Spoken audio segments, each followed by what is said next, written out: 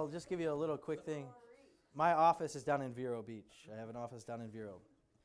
I decided to bring him down with Matt, and I decided to get a plane and go down to Vero. And I said, well, you want to come down and see how the operation works at my other operation, just because I wanted to get an idea what the sales guys are doing. We can learn from them and take the information back. Well, it was right after Katrina hit. And day after Katrina hit. So the remnants of Katrina, the hurricane, was still around. And I didn't know how to read weather at the time, and he did. So he said, yeah, there's 10 miles of visibility. So I'm like, yeah, we're perfect. There's 10 miles of visibility. We're perfect. Didn't realize it's not looking up. It's not 10 miles looking up. It's just, you have to like dip underneath the fog to look for this 10 miles of visibility, but I guess there was. But anyway, we flew down, and you got to see, this is in that plane it was a 3-hour flight. So it was a long, in my plane it's like an hour, but in that plane it's 3 hours. But we were flying down, and of course he's got to take a pee halfway through it. So now we're mad at him because we got to land to have him go to the bathroom. So he's already made us mad. And but anyway, we were flying, and we said we were teasing him in the plane about different things, because we noticed, like, when we were going over, I don't know what we were looking at, but we tilted the plane kind of sideways so we can look down at something. Cape, was it Cape? No, it was no, that was a couple times ago. But the race, Daytona. So when we're flying over Daytona, we want to see what Daytona looks like. And he's holding on, thinking he's going to fly out of the plane while we're turning it sideways. So we knew we had somebody. So then we started teasing him. We said, yeah, if we go over restricted airspace, then they're going to send up the F-16s and everything else and probably blow us out of the sky. And about this time in this plane, I wasn't used to flying. The first time I ever flew that plane, I was flying a Cessna at the time, where actually you can put it on both. You can actually decide which gas tank you want, or you can select both. So in the planes I'm used to flying, you can select both. And in this one, you only have a choice, right or left tank. So we burned out on the left tank and ran out of gas in the middle of the air on one side, and he's crapping his pants. We're flying along, we're and everybody's just sitting there. I'm sitting in the back like, okay, guys, what just happened?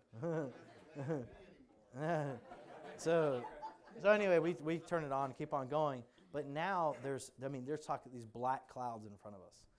Black clouds. Terrible clouds. And we look over, and you can kind of see a fear on his face. And we were talking to the tower, one of the tower traffic controllers, and they said, well, we'd like you to reroute yourself. We need you to send you over. And they sent us straight over Cape Canaveral, which is a restricted airspace. Which is fine, because we were told we were allowed to do this, so therefore we were able to do it. But so we're joking around with him in the plane. We're looking down, tilting the plane, saying, look, there's Cape Canaveral. And we're like, did they send up the F-16s yet? Because he didn't know that they gave us permission to do this. And so we're joking around with them the whole time. But that was fun. And then, so we're going over. But we got to see Cape Canaveral from the sky, which is pretty cool, which most people probably don't get to that kind of sight that we did, because it was clear. But then they sent us over the ocean. So now we're out in the ocean. And there's still this big cloud.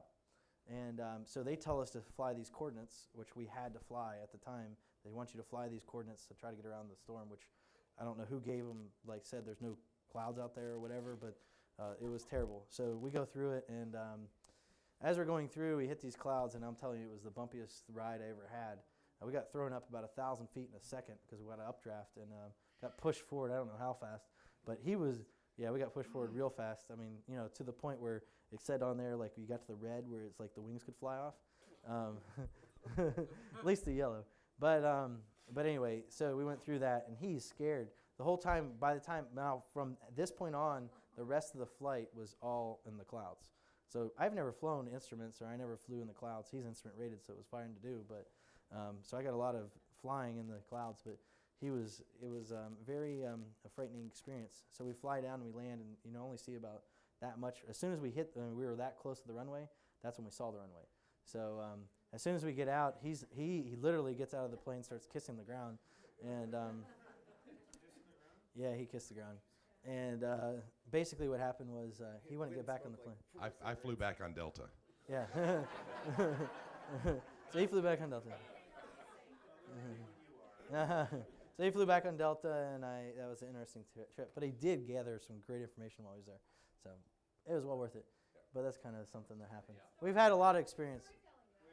Whatever. All right. Do some great stuff. He's now the affiliate manager, just so you guys know. So if you guys ever choose to come into our affiliate, he's our affiliate manager. We're gonna make an announcement a little bit later about some affiliate stuff and. Just a bonus thing? Well, yeah, it's gonna be like a little bonus tomorrow night for anybody that is interested, and we'll let you know more about it tomorrow. But cool. as far as our affiliate program goes. Yeah. So he's my affiliate manager. He's moved up to affiliate manager. So he's been through a lot of stuff. Yes, Matt Tanner. Next week we'll be sleeping together underneath a wing of an airplane. I can't wait either, actually. But who else? Now, if I can grab Josh. Now, you guys kind of met Josh. Josh came to me. I mean, it was one of those things. Like it was kind of funny because he wanted to come to the event and he told me, listen, I'm in a position. I need to do something. I said, get your butt to my office right now. And then I made an offer to him right then. So I was real excited that he was coming. And it's funny thing is because we both had this like trying to be cool, like we didn't want to let each other know, like we were excited to work together, kind of thing. And but anyway, this is boys Josh. will be boys.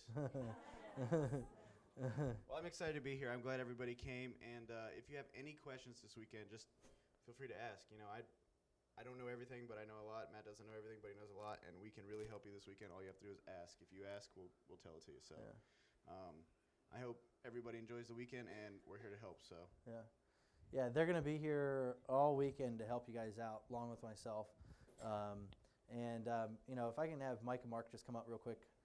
These are two guys. They're actually coming to check us out. They're the newest additions to our team, and anyway, just they're awesome.